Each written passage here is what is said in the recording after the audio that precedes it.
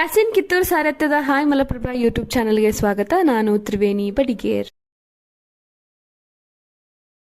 ಗೋಕಾಕ್ ನಗರದಲ್ಲಿರುವ ಸರ್ಕಾರಿ ಪ್ರೌಢಶಾಲೆಯ ಪಕ್ಕದಲ್ಲಿರುವ ವಾಲ್ಮೀಕಿ ಮೈದಾನದಲ್ಲಿ ಮೂವರು ವಿದ್ಯಾರ್ಥಿಗಳಿಂದ ಓರ್ವ ವಿದ್ಯಾರ್ಥಿಗೆ ಚಾಕು ಎರೆದ ಘಟನೆ ನಡೆದಿದೆ. ಸಂಜೆ ಶಾಲೆ ಬಿಟ್ಟ ನಂತರ 10ನೇ ತರಗತಿಯಲ್ಲಿ ಓದುತ್ತಿದ್ದ ಅಪ್ರಾಪ್ತ ವಿದ್ಯಾರ್ಥಿ ಈತನಿಗೆ ಅದೇ ಶಾಲೆಯಲ್ಲಿ 10ನೇ ತರಗತಿಯಲ್ಲಿ ಓದುತ್ತಿದ್ದ ಸಹಪಾಠಿಗಳಾದ ಅಪ್ರಾಪ್ತ ವಿದ್ಯಾರ್ಥಿಗಳು ಸೇರಿ ಗಾಯಾಳುಗೆ ತಮ್ಮ ಬ್ಯಾಗ್ ತರಲು ಹೇಳಿದ್ರು.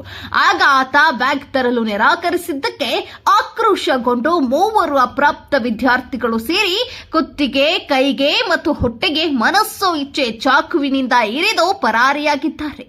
ರಕ್ತಸ್ರಾವದಿಂದ ಸ್ಥಳದಲ್ಲಿ ಬಿದ್ದು ನರಳಾಡುತ್ತಿದ್ದ ಗಾಯಾಳು ವಿದ್ಯಾರ್ಥಿ ಈತನನ್ನ ಸ್ಥಳೀಯ ಶಿಕ್ಷಕರು ಚಿಕಿತ್ಸೆಗಾಗಿ ಗೋಕಾಕ್ ಸರ್ಕಾರಿ ಆಸ್ಪತ್ರೆಗೆ ದಾಖಲಿಸಿದ್ರು. ನಂತರ ಹೆಚ್ಚಿನ ಚಿಕಿತ್ಸೆಗಾಗಿ ನಗರದ ಖಾಸಗಿ ಆಸ್ಪತ್ರೆಗೆ ಗಾಯಾಳುವನ್ನ ದಾಖಲಿಸಿದ್ದಾರೆ. ಸುದ್ದಿ ತಿಳಿದ ನಗರ ಪೊಲೀಸ್ ಸಿಬ್ಬಂದಿಗಳು ಆಸ್ಪತ್ರೆಗೆ ದೌಡಾಯಿಸಿ ಹಲ್ಲೆಗೊಳಗಾದವರಿಂದ ಮಾಹಿತಿ ಕಲೆ ಹಾಕಿದ್ದಾರೆ. ಇನ್ನು ಆರೋಪಿಗಳು ಮತ್ತು ಗಾಯಾಳು ವಿದ್ಯಾರ್ಥಿ ಒಂದೇ ಶಾಲೆಯಲ್ಲಿ 10ನೇ ತರಗತಿಯಲ್ಲಿ ಓದುತ್ತಿದ್ದರೆಂದು ತಿಳಿದು ಬಂದಿದೆ. ಇನ್ನು ಆರೋಪಿಗಳ ಪತ್ತೆ ಹಚ್ಚಲು ಪೊಲೀಸರು ಬಲೆ ಬೀಸಿದ್ದು ಗೋಕಾಕ್ ನಗರ ಪೊಲೀಸ್ ಠಾಣೆಯಲ್ಲಿ ಪ್ರಕರಣ ದಾಖಲು ಮಾಡಿಕೊಂಡಿದ್ದರು.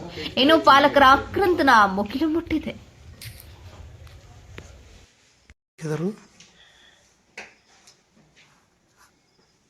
ಎಷ್ಟು ಮಂದಿ ಚಾಕು ಹಾಕ್ಯಾರ?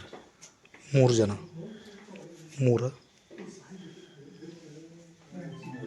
ವರದಿ ಯಾಸಿನ್ ಕಿತ್ತೂರ್, ಅಸದ್ ಆರ್ಜೆ.